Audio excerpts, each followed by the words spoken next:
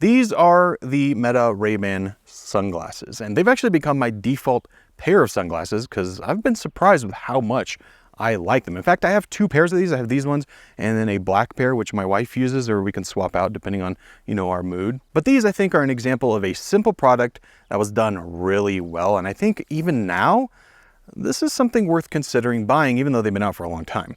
Now, I was going to do this whole video out here because they're sunglasses, obviously outside makes sense, and I use them a lot when I'm out like hiking or in the forest, but I don't know if you could tell, the flies are absolutely a menace today, or this season. Every time I've gone out, the flies are just insane. You can probably hear them buzzing around. So I'm going to abort mission. We're going to go back to the office.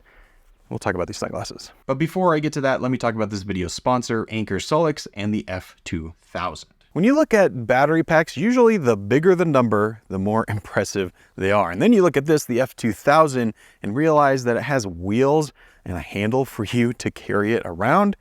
And well, you know that Anker SOLIX means business. And the F2000 is very similar to all the other Anker SOLIX batteries that I've talked about here on the channel and that you've probably seen, but it just packs so much more inside.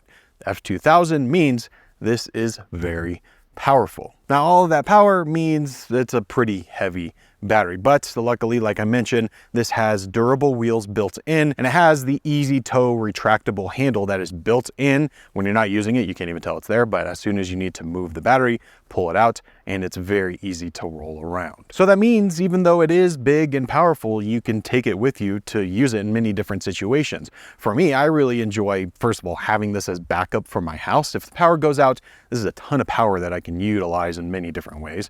But also, being out here, we like to explore a lot, and this just gives you like really extended power while on the go. And it even has a TT30 RV port. So if you have an RV and you want to power that, you can plug it right into the battery. Or if you're doing things around the house, this could be used to like power tools, which is actually something I used it for. There were some dead tree roots that I needed to remove, and I needed to cut it out, and the only thing I had needed to be plugged in. So I was able to drag the battery over to where I was using this, plug it in, and we were good to go.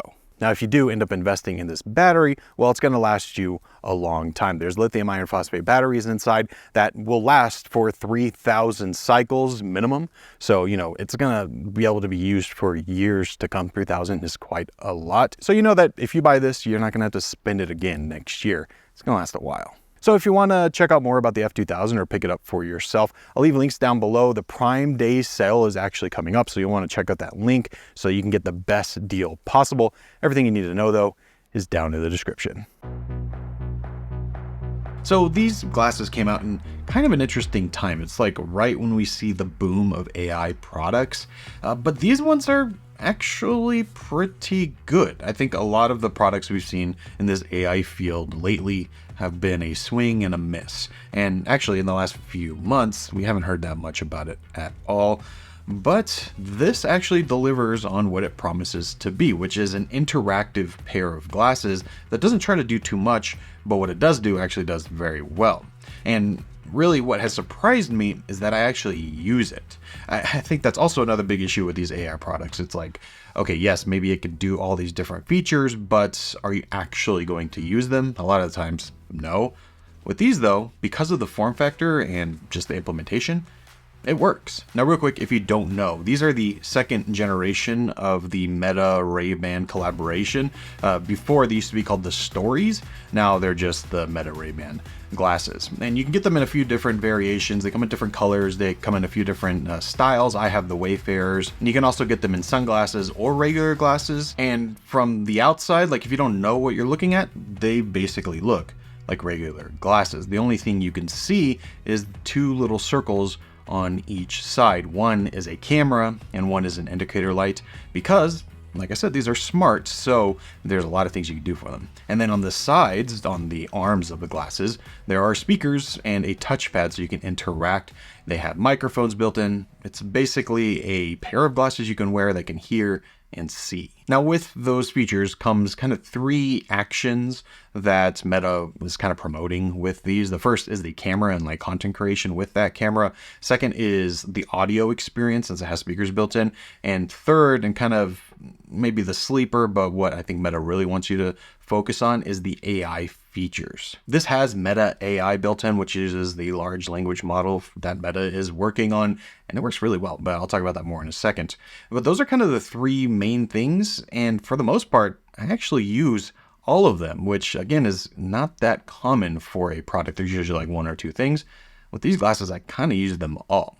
The one that I use the most is actually the speakers. The listening experience is great. Now, we've seen glasses with speakers in them before, and this is really no different than those. Instead of something going in your ears, like with earbuds, these kind of direct the audio just like over your ear. So you don't have anything in your ear. You can hear your surroundings, but you can also hear your audio. And the sound quality is, it's okay. It doesn't get super loud, and you're not going to get any like bass response, and the quality is not like great because nothing's in your ear. But if you're kind of like me, who listens to mainly podcasts when I'm on the go, or audio that's mainly people talking rather than music, this is going to be perfectly fine, and it works great for that. If you're fully trying to replace headphones for music, I don't think these are the best for that. But this also lets you take calls, and it just connects over Bluetooth to your phone and acts like a regular pair of Bluetooth headphones. They just happen to be built into the glasses. So that's definitely what I use most often, because if I'm wearing them,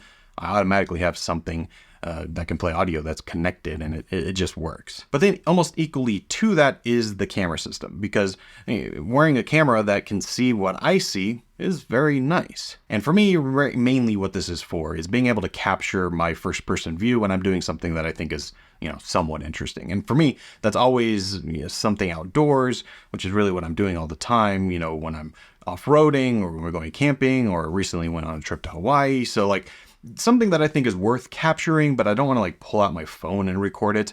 This could just capture what I'm doing whenever I'm doing it, and I don't have to think about it anymore. Now, the quality of these videos is passable. It's nothing great. Like I wouldn't, edit these to make a video that I cared about the quality with, but for Instagram or other social media, it's perfectly fine. It feels like a phone from like 5 years ago. And, that's not horrible, but it's not that great. We're definitely used to better cameras these days, but the fact that it's in my glasses is pretty good.